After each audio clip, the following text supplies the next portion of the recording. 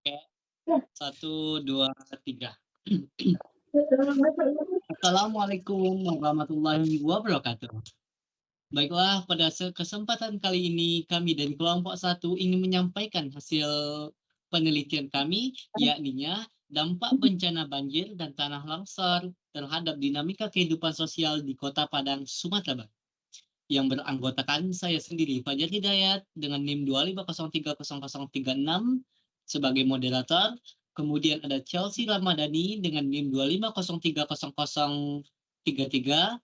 Kemudian Ferdi Afrialdo dengan NIM 2503038 dan Pranata Nahelsa dengan NIM 2503039 serta Mayang Fadila dengan NIM 2503005. Oke, next. Pada kesempatan kali ini terhadap penelitian kami memiliki latar belakang kenapa terjadinya bencana tanah longsor dan banjir. Indonesia merupakan negara yang sangat rawan terhadap terjadinya bencana, terkhususnya Sumatera. Kenapa? Karena terbentangnya bukit barisan dari Lampung hingga Aceh.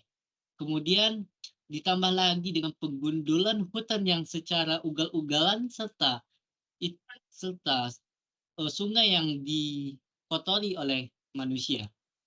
Kemudian pada akhir November kemarin sungguh sangat berduka karena terjadinya bencana tanah longsor dan banjir bandang di Kota Padang. Kerusakan yang ditimbulkan tidak hanya berupa fisik, tetapi juga terhadap kehidupan sosial dan kesehatan mental warga Kota Padang. Next. Kemudian kondisi bencana Kota Padang kemarin, pada bulan Desember 2025, Kota Padang juga mengalami banjir dan tanah longsor dengan dampak yang cukup besar. Bencana ini menyebabkan korban jiwa yang berjatuhan, orang hilang, kemudian orang yang kehilangan orang tuanya, orang yang kehilangan keluarganya, serta kehilangan harta bendanya. Tetapi juga menimbulkan kerusakan mental, kerusakan rumah dan infrastruktur umum lainnya. Next. Tentunya pada penelitian ini kami memiliki rumusan masalah, yakninya penelitian ini kami fokuskan pada 3 permasalahan utama, yakninya faktor kenapa terjadinya banjir bandang dan tanah longsor. Kemudian bagaimana kondisi sosial dan kesehatan mental masyarakat pasca bencana. Serta yang terakhir yaitu bagaimana upaya kita untuk memulihkan kehidupan sosial warga di Kota Padang. Next, selanjutnya kita akan mengetahui apa sih dari tujuan penelitian kita. Setidaknya kita ada 3 tujuan dalam penelitian kali ini, yaitu yang pertama kita mengidentifikasi faktor penyebab bencana, kemudian kita mengetahui bagaimana dampak sosial dan kesehatan mental terhadap masyarakat, dan yang terakhir itu kita mendeskripsikan upaya penanggulangan pasca bencana. Oke, untuk materi selanjutnya akan disampaikan oleh Chelsea Ramadhani. Oke, selanjutnya itu bencana. Bencana merupakan peristiwa yang mengancam kehidupan masyarakat, baik yang disebabkan oleh faktor alam maupun aktivitas manusia, dan dapat menimbulkan korban jiwa, kerugian harta benda, serta trauma psikologis. Next. Kondisi pasca sosial. Pasca bencana, banyak warga mengalami kerusakan rumah dan harus mengungsi. Kondisi ini menyebabkan terganggunya aktivitas ekonomi serta melemahnya hubungan sosial di masyarakat. Next, dampak kesehatan sosial. Dari sisi kesehatan mental, banyak warga mengalami trauma, rasa takut, dan stres pasca bencana. Kondisi ini paling dirasakan oleh kelompok rentan seperti anak-anak dan lansia.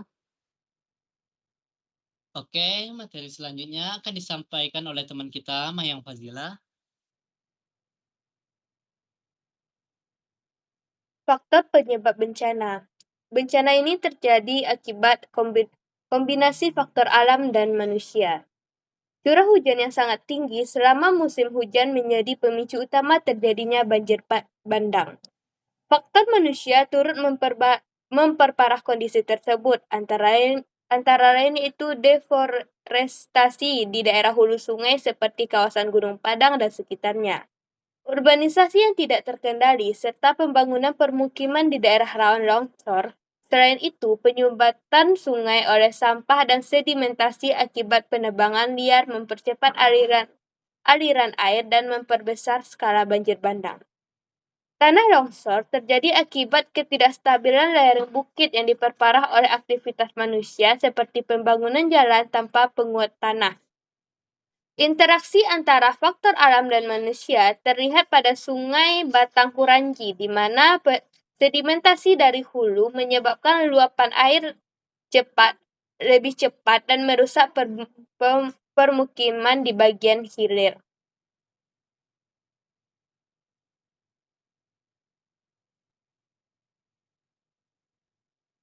Faktor penyebab bencana. Oke, Metodologi penelitian ini menggunakan pendekatan deskriptif kuantitatif. Data diperoleh dari laporan resmi BPBD dan Diskominfo Kota Padang, kemudian dianalisis secara deskriptif. Dampak terhadap korban. Berdasarkan data, bencana ini menyebabkan 11 orang meninggal dunia, 2 orang hilang, dan 358 orang harus mengungsi. Hal ini menunjukkan besarnya dampak sosial yang ditimbulkan. Kerusakan perumahan. Kerusakan perumahan menjadi dampak paling signifikan, di mana ribuan rumah mengalami kerusakan dari bagian ringan hingga berat, bahkan ada rumah yang hanyut. Terima kasih. oke. Untuk materi selanjutnya akan disampaikan oleh teman kita Pranata Nahelsha. Dipersilakan. Baik, selanjutnya itu adalah kerusakan infrastruktur. Selain perumahan, infrastruktur seperti jalan, jembatan, dan tebing sungai juga mengalami kerusakan, sehingga menghambat akses transportasi dan distribusi bantuan. Next.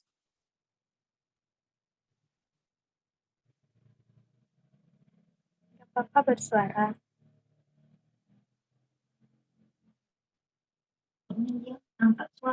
Next.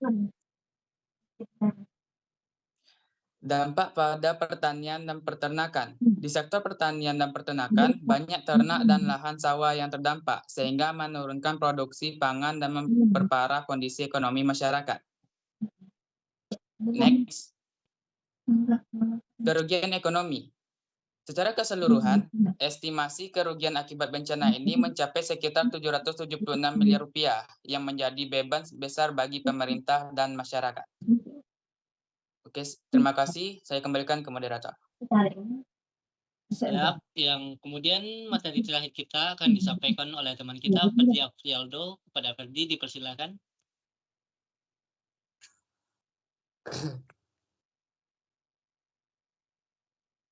Baik, saya akan melanjutkan materinya. Upaya penanggulangan. Upaya penanggulangan dilakukan melalui perbaikan infrastruktur, penyaluran bantuan sosial, dukungan kesehatan mental, serta peran aktif masyarakat dan relawan. Selanjutnya, kesimpulan. Dapat disimpulkan bahwa bencana banjir dan tanah longsor di Kota Padang disebabkan oleh faktor alam dan manusia, serta memberikan dampak jangka panjang terhadap kehidupan sosial dan kesehatan mental masyarakat. Terakhir, penutup. Dengan adanya penelitian ini, diharapkan dapat meningkatkan kesadaran akan pentingnya kesiapsiagaan bencana dan pengelolaan lingkungan yang lebih baik. Terima kasih. Saya kembalikan ke moderator. Oke, baiklah. Hanya sekian presentasi laporan penelitian yang dapat kami sampaikan. Semoga dengan ini dapat menimbulkan kesadaran bagi masyarakat kita bagaimana pentingnya menjaga ekosistem alam dan kebersihan sungai. Serta diharapkan kepada oknum pemerintah ketika Anda menggunduli hutan, itu akan menjadi dampak yang sangat besar terhadap masyarakat lainnya. Tolong kepada pemerintah dipakai otaknya. Oke, terima kasih. Assalamualaikum warahmatullahi wabarakatuh.